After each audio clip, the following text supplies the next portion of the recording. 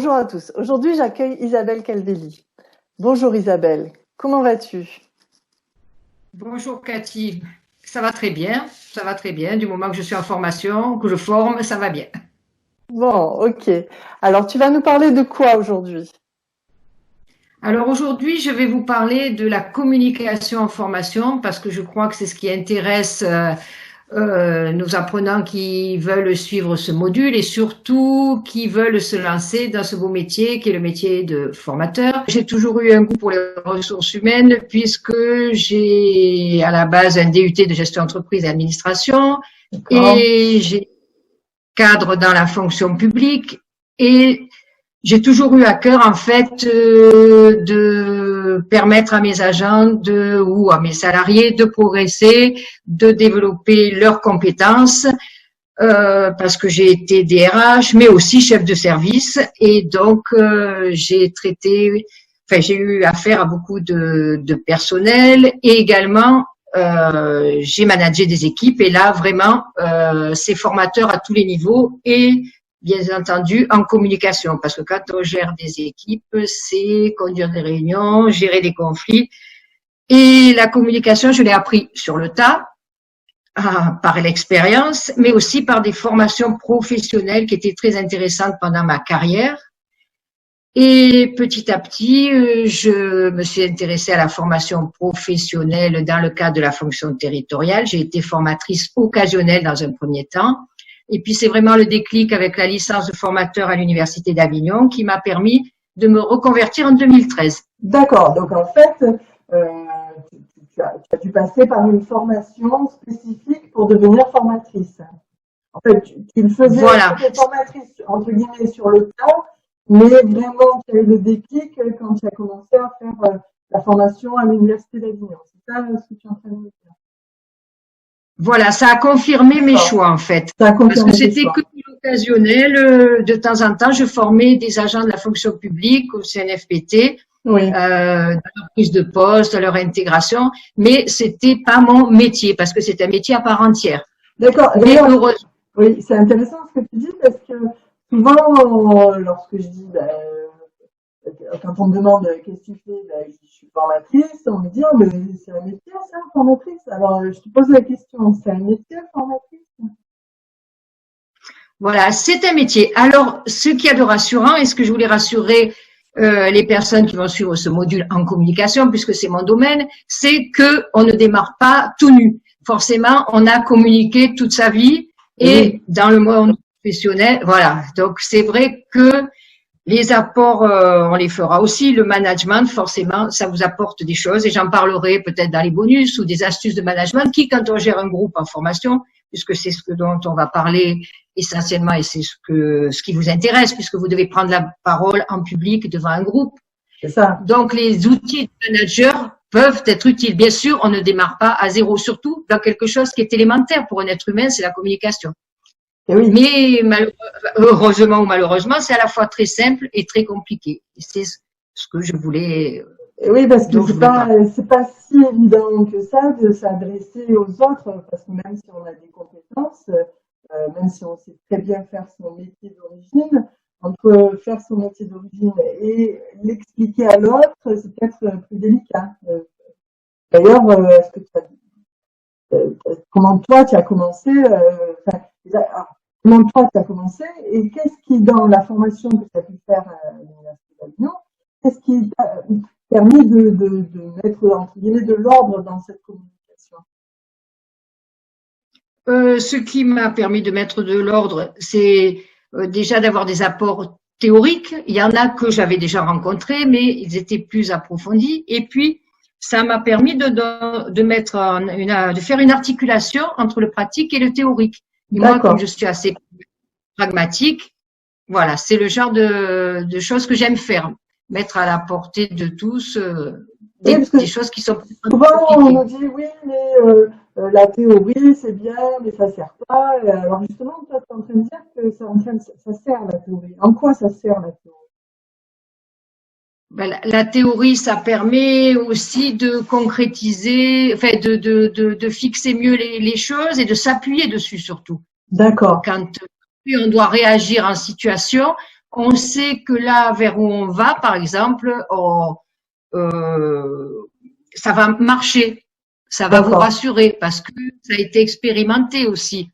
Voilà, c'est dans D'accord. ce sens-là, euh, on peut le voir aussi. Et à l'inverse, le pratique aussi vous apporte aussi. Donc c'est toute une articulation. Pour moi, j'appelle ça une articulation. Voilà, entre le Tu appelles pratique ça une et le articulation. En fait, on ne peut pas tellement séparer l'un de l'autre pour toi, c'est ça?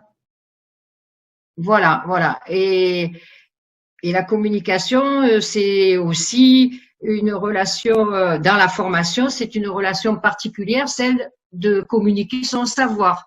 Donc là, il y Oui. a une spécificité particulière qui fait que on peut se dire c'est facile, je sais, mais est-ce que on s'aperçoit si le formateur a déjà tenté, sûrement que qu'il va vouloir, il a déjà fait des petites expériences avant de démarrer un module de formation. Je pense qu'on s'est déjà jeté à l'eau. C'est peut-être rendu compte que c'est pas aussi simple qu'il y paraît. Si vous avez voulu former des collègues, votre conjoint, par exemple, à la bureautique, ou vos enfants, notamment pour les devoirs. Oui, Bon, à par que ce, exemple. par exemple. Donc c'est pareil. Je veux dire, on s'aperçoit que c'est pas si évident. Donc c'est pour ça que c'est enfin, je pense que c'est toujours utile d'avoir des apports théoriques et de quelqu'un qui articule la théorie et la pratique. Bon, je ne suis pas la seule, mais chacun, mais enfin, il y a des bases à connaître. Voilà. Et après, bien sûr, D'accord. chacun porte sa touche Ok. Donc, personnelle. alors, tu nous as dit, tu as fait ta première expérience dans ton domaine management. Après, du coup, tu as fait ta formation à l'Université d'Avignon pour devenir formatrice, en fait. Et quand tu es sortie de la formation de l'Université d'Avignon, qu'est-ce qui s'est passé? Tu t'es mis à ton compte? Tu as travaillé de suite en tant que formatrice ou qu'est-ce qui s'est passé? Alors, ce que j'ai fait, c'est que j'ai créé une micro-entreprise, DCM Formation, D'accord, euh, 2013. J'ai obtenu mon numéro d'agrément de formateur auprès de la d'accord. Directe, Vincent Côte d'Azur. Et pour précision, en 2019, j'ai été datadocké, voilà, qui est un label qui est Bien, délivré super. actuellement. Voilà. Donc, Ok. Et et j'exerce donc des missions ponctuelles dans le cadre de ma micro-entreprise. d'accord. Et pourquoi DCM, c'est DCM Formation que le nom de ton Voilà, entreprise? c'est ça. Alors, DCM, mais ça rejoint un petit peu ce que j'ai commencé à dire tout à l'heure, Oui, c'est-à-dire développement des compétences. Ben, c'est mon cœur de métier. En tant que DRH, j'ai développé des GPEC, gestion prévisionnelle emploi compétences. Donc, j'ai oui, travaillé avec des collaborateurs et je me suis aperçue qu'ils avaient tous en eux un désir d'apprendre, progresser, mais oui. que ils n'avaient pas toujours, il y avait des freins, et notamment au cours d'entretiens annuels d'évaluation, d'entretiens informels, on arrivait à débloquer des situations. J'ai monté des dossiers emploi jeunes, justement, et les gens ont réussi après des concours, ont évolué. Donc, ça débloque un parcours professionnel. Et moi, je l'ai eu à cœur dans mon métier de le faire. Tous les chefs de service ne le font pas, loin de là. Hein. Bon, Mhm. ouais, voilà, c'est toujours ce souhait qui m'a animé. Et puis management, parce que comme je le disais, j'ai géré plusieurs équipes et quand on gère des équipes, euh, alors on a des capacités déjà au départ de management, mais on apprend aussi beaucoup dans des parcours de manager et puis par la pratique. Donc le management, je peux animer des formations en management. Voilà. En gros, D'accord, mais c'est mes deux thèmes principaux de formation. Je travaille aussi sur les savoir-être professionnels en entreprise actuellement. d'accord.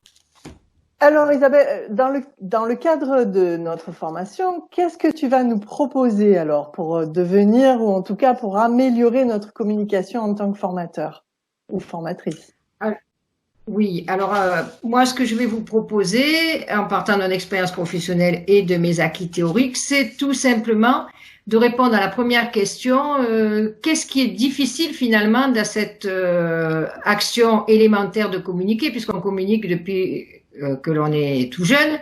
Donc, en fait, c'est parce qu'il y a énormément de paramètres qui interviennent. Et déjà, on va, on va décortiquer ces différents paramètres qui font que c'est compliqué. Quand on commence à les énumérer, on comprendra tout de suite pourquoi. En fait, il y a différentes personnalités qui sont en jeu dans une relation de communication. À minima, c'est 2 personnes, puisqu'on parle de relations interpersonnelles, bien sûr. Et après, en groupe, vous avez une relation de groupe avec des apprenants.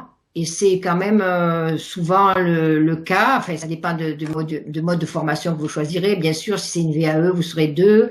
Mais il y a de toute façon, les éléments qu'on voit peuvent s'appliquer évidemment, notamment sur la personnalité des participants. Voilà, il y a toujours une grosse part de l'individu et ça, on ne peut pas l'exclure. Voilà, pendant longtemps, je pense, ça a été avec des modes expositifs, des cours théoriques, ça, on n'a pas tenu compte de l'individualité. Et là, maintenant, on n'est plus du tout là-dessus. Donc, en formation des adultes, notamment, c'est très, très important d'avoir cela en tête. Donc, on verra au travers d'outils. Qu'est-ce que tu es en train de me dire? Qu'est-ce que tu es en train de me dire là? Tu es en train de me dire que il suffit pas de dérouler son texte de cours ou entre guillemets, il suffit pas de dire tout ce qu'on sait pour que la communication passe. C'est ce que tu es en train de me dire ou de nous dire?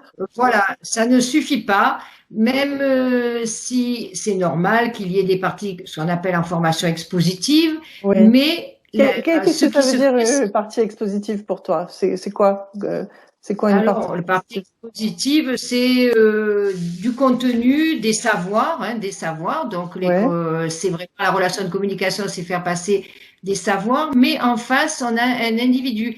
Donc, il se crée une relation de communication. Il faut qu'elle soit de confiance déjà, par exemple. D'accord. Que la personne, voilà, la confiance, ça va s'établir. Je donnerai une astuce pour comment on fait pour que le stagiaire se sente assez rapidement ou l'apprenant rapidement en confiance. Oui. D'accord. Voilà. Et ça, c'est essentiel pour le bon déroulement de toute son action de formation. D'accord. Sans confiance, pas de formation, c'est ça? Pour sa place, voilà. Donc, il y a des possibilités en communication de faire notamment, bon, je peux vous le dire là, donc je dévoile, mais de faire parler l'apprenant, de le faire trouver sa place, donner son avis, au moins dans la première partie de la matinée de la formation, pour qu'il ne se sente pas exclu. Et ça va être important qu'il porte sa parole. D'accord. Du coup, il se sent écouté en quelque sorte. C'est ça ce que tu veux dire? Oui, et puis il se sent être un individu. Donc, il n'est pas partie négligeable pour le formateur. Okay. Parce que voilà, c'est ce qui est très important. C'est un des moyens d'instaurer une certaine confiance dans la relation. Voilà, je pense que mes collègues ont dû parler dans les précédents modules de l'apprentissage avec des modes de travail, des exercices, etc. Mais moi, je parle vraiment de la relation de communication. Voilà. Ensuite, évidemment, il y a des pensées et des émotions en chacun de nous. Donc, même si on ne va pas aller parler à chacun, il faut le savoir. Nous, on est aussi un individu et donc tout ça, ça joue. Donc, par exemple, savoir reconnaître qu'on a des émotions, déjà, c'est pas mal parce qu'au moins, on peut ne pas se laisser trop déborder ou vers la colère ou la peine. Donc, et puis les pensées nous traversent aussi. On peut perdre le fil de la conversation. Il y a des astuces pour voilà. Et à savoir que si on a instauré une relation de confiance, tout va bien parce que l'apprenant va vous aider. Par contre, si on n'a pas fait la première étape, voilà, ça va être moins bien. Donc ça, c'est de l'expérience. Plus difficile pour le formateur. Parce qu'il ne va pas vous aider. Voilà, si vous êtes, voilà. Donc, vous voyez, les choses, tu vois, les choses s'articulent aussi comme ça. Le comportement des uns et des autres, un comportement en formation. Moi, j'ai vu des stagiaires qui se retrouvaient comme à l'école parce qu'ils s'étaient retrouvés avec des gens avec qui ils avaient été en maternelle. Eh ben, ils avaient un comportement de maternelle. D'accord. Donc, le comportement, c'est aussi, et le nôtre aussi, il doit être exemplaire quelque part. Enfin, voilà, par rapport aux règles de l'entreprise. Donc, c'est tout ça que je voulais développer, expliquer au cours de ce module. D'accord. Les objectifs, puisque l'apprenant, il est là pour apprendre, avoir des compétences professionnelles, passer un concours, un examen. Oui. Donc, pour lui, c'est important. Ou il est là contraint et bon, il n'est pas motivé. Donc, il a ses propres. Tu as raison là, parce que tout le monde, enfin, quand on a des apprenants en face de nous, ils sont pas toujours volontaires. Souvent, enfin, on espère qu'ils aient choisi leur formation et qu'ils soient là parce qu'ils ont envie d'être là, mais c'est pas toujours le cas. C'est ça ce que tu es en train de nous dire. Oui, pendant 10 ans, j'ai animé des formations obligatoires. D'accord, obligatoire. Alors, Donc les gens alors il y venaient a à celle-là, reculons à la formation en fait, finalement. ça dépend. Voilà, comme on dit, ça D'accord, dépend de l'apprenant. Voilà, exactement. d'accord. Donc, il y en a qui étaient motivés pour s'informer, etc. Mais les autres savaient que de toute façon, une fois qu'ils avaient suivi la formation, ils étaient titularisés dans la fonction publique. Donc, D'accord. ils n'étaient pas motivés. Donc, bon, c'est des éléments qu'il faut avoir en tête et puis savoir comment s'organiser Comment soi-même par gérer rapport à ça, ses oui. équipes. Voilà, qui n'ont pas les mêmes objectifs que vous, qui est la plupart du temps, on souhaite faire au mieux, avoir la satisfaction des apprenants, une bonne Oui, évaluation du commanditaire. Donc, oui, nous, oui, on a oui. nos objectifs et eux, on les leurs. Tout à fait. Voilà. Donc,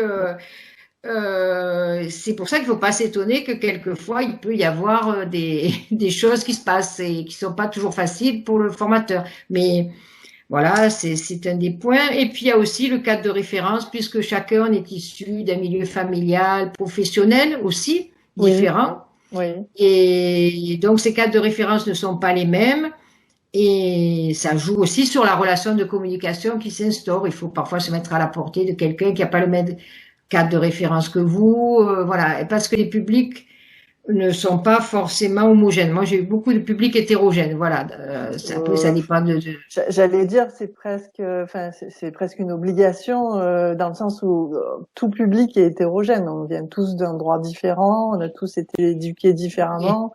Enfin, oui, oui, oui, c'est oui, toujours c'est hétérogène, vrai. non? Plus ou moins, Oui, mais c'est à toujours hétérogène, plus ou moins, mais voilà, c'est toujours hétérogène en fait. plus ou Oui, moins. Ayant pratiqué beaucoup ces formations obligatoires, quand c'est plus homogène, c'est plus facile. Bon, oui, voilà, mais enfin, bon. Après, avec justement l'animation, la communication, c'est de l'animation aussi, la communication, évidemment, il faut oui, animer le oui, groupe. oui. Ça permet de jouer un peu sur tous ces éléments-là. Voilà, D'accord. ça c'est ma première partie. Ouais, c'est ce que tu vas nous présenter dans le module, le futur Dans le module, module de formation dans que le module de formation que tu vas nous je présenter. vous D'accord, propose. d'accord. Voilà. Ok. Après, de quoi tu vas nous parler dans ce module? Alors, la deuxième partie, alors peut-être que, enfin, beaucoup de gens en ont entendu parler, mais sans trop comprendre ce que ça représente, c'est que on a un impact sur notre auditoire et que la communication passe par des canaux verbaux, c'est-à-dire les mots, le sens, la construction du sens, avec aussi ce qu'on appelle le paraverbal, la voix, les intonations. Et ça, évidemment, c'est une partie de la communication. Et puis, il y a une deuxième partie, c'est le non-verbal, c'est-à-dire on ne peut pas ne pas communiquer. Il y a une école de Oui, Palo Alto qui est célèbre, voilà, parce que c'était pas évident avant les années 70, hein, on ne pensait pas à tout ça, que le corps, la gestuelle, les mimiques, ou même le fait de ne rien dire, c'est communiquer. aussi, Ne oui, rien se taire, c'est aussi communiquer. mm, Et moi, tout je à l'ai fait. vu ça souvent quand même. Enfin, dans les formations obligatoires, ça montre le refus, la non-envie de participer, voilà, l'obstruction. Donc, on communique quand même beaucoup de choses. On Oui, communique des idées, mais pas par la parole, pas par la parole. uniquement Oui. En fait, la par une communication, gestuelle, une posture. Voilà. contrairement à ce qu'on pourrait croire, ce n'est pas que la parole qui fait communication. C'est ça ce que tu es en train de nous dire. Voilà. Et même si on le sait parce qu'on l'entend par les hommes politiques qui observent leurs gestuels, etc. Mais après, en formation, il faut que ce soit utile. Quand on va observer le non-verbal, par exemple, Et ben, oui, ça va nous donner des indications, un feedback par rapport à ce que vous dites. c'est Voilà, ça. si on dit quelque chose, on a le retour. Si la personne comprend ou le groupe ne comprend pas, c'est qu'il y Oui, a un problème, c'est que c'est pas clair. Il faut tenir compte, observer les stagiaires. Il y a les rythmes biologiques aussi. C'est vrai que quand tout le monde commence à bâiller, on peut dire tiens, c'est le moment peut-être un de la problème. tout le monde connaît les faits. Voilà. Oui, Donc c'est parce qu'on est des êtres humains en formation, quoi. Voilà, hein, c'est tout simplement. Donc c'est vrai que c'est utile de connaître tout ça. Bon, on verra aussi sur le verbal des questions de vocabulaire, doit-on s'adapter à celui de l'entreprise ou pas. Si vous avez des questions, on pourra faire des échanges après aussi par ok. mail. Voilà, ça sera possible. Donc, je pense que quand on aura déjà bien vu ces deux parties, il y aura déjà des bases pour démarrer. Des bases minimum, oui, pour démarrer une bonne communication, Oui. une bonne relation communicationnelle. En tout cas, entre apprenants et formateurs et pouvoir, donc tu as dit trouver des indices qui vont te permettre d'orienter ta propre, et ta propre communication et ta propre façon de transmettre le savoir, c'est ça? Oui, c'est ça, parce que de toute façon, moi qui ai animé pendant longtemps la même formation, et c'est jamais pareil. Et pourtant, le savoir est le D'accord. même, le contenu est strictement le même. Mhm. Et les échanges qui se créent, les relations, il y a des relations de communication qui font que l'apprenant, par exemple en entendant ce que va dire un collègue, ça a beaucoup plus de poids que moi quand je disais attention, il est interdit, par exemple, enfin, il est interdit, oui, d'arriver en retard. Enfin, vous pouvez avoir une sanction. Bon, personne ne me croit vraiment, mais quand un autre lui dit, moi, ça m'est arrivé, donc voilà, la parole permet aussi d'apporter un appui didactique au contenu, quoi. Enfin, un Oui, appui. l'expérience des autres en plus de poids, a plus de poids que ce que toi tu peux dire en tant que formateur. C'est ça que tu es en train de dire. Voilà, par exemple. Donc, il faut pas avoir peur non plus de s'appuyer sur la parole du stagiaire et savoir aussi la limiter quand il y a des débordements. Voilà. D'accord. Ok. Donc dans ton module, enfin, tu vas nous permettre de comprendre tout ça, tous ces indices, et de pouvoir mieux gérer en tout cas notre propre communication avec les apprenants. C'est ce que tu nous proposes. Voilà, D'accord. exactement. Et d'apporter aussi comme je l'ai déjà dit, des petites astuces qui sont bien utiles. D'accord. T'as un tout petit exemple d'astuce, qu'est-ce que tu pourrais nous dire? Alors, une petite astuce, par exemple, au niveau du non-verbal, se mettre entre Oui, deux stagiaires qui parlent trop et oui. couper les regards, ou ça peut être des conflits. Moi, ça m'est arrivé en tant que chef de service de me retrouver entre Mhm. deux personnes, mais le fait, sans aller Ah, jusque-là, juste de se positionner juste physiquement, physiquement, sans rien dire. C'est juste ça? physiquement, c'est tout, sans D'accord. rien dire, en Ok. continuant sa formation, mais sans rien dire. Ben, ça va D'accord. couper la communication des deux bavards. D'accord. Ok. D'accord. C'est bon à savoir. Et, euh, et Voilà. est-ce que dans ta formation, dans la formation que tu proposes, est-ce que tu vas nous offrir un petit bonus? Alors, le petit bonus, ça serait comment améliorer son écoute professionnelle, parce qu'il y a des astuces qui permettent d'améliorer l'écoute, parce que c'est à partir de l'écoute qu'on peut bien communiquer. C'est vrai qu'au départ, on n'y pense pas, mais qu'écouter, c'est très important. Et il y a des techniques d'écoute que l'on appelle actives qui sont plus performantes que la simple écoute de quelqu'un. Voilà, ça permet d'avoir d'autres indices, d'autres éléments. Donc c'est pour ça que les journées sont fatigantes de formation quelquefois, mais enrichissantes. C'est parce qu'on est en écoute active et je vous expliquerai en quoi ça consiste et comment vous pouvez le pratiquer. D'accord. Qu'est-ce que c'est et comment trouver ces nouveaux indices et qu'en faire en fait? Que faire des Qu'en indices que l'on faire, voilà, récolte? Ouais. Ok. D'accord. Bon, ben c'est super. On a hâte de retrouver ce module de formation.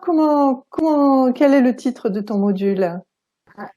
Alors, ce module s'appelle Comment construire une situation de communication efficace en formation pour vous permettre d'être à la fois serein et d'atteindre vos objectifs pédagogiques au Bon, mieux. super. Eh bien, avec le renfort de cette formation, vous allez pouvoir devenir un super formateur ou une super formatrice. C'est ce que tu nous promets en tout cas. Oui, il n'y a pas de raison puisque déjà, vous avez certainement de bonnes bases. Il ne faut pas s'inquiéter. Oui, parce qu'en fait, on ne part pas de rien. Tout à fait, tu as raison. Exactement, exactement. Donc Isabelle, si on veut te Et retrouver, comment fait-on? On peut te retrouver sur le site du réseau des formateurs UGS, c'est ça? voilà, c'est ça.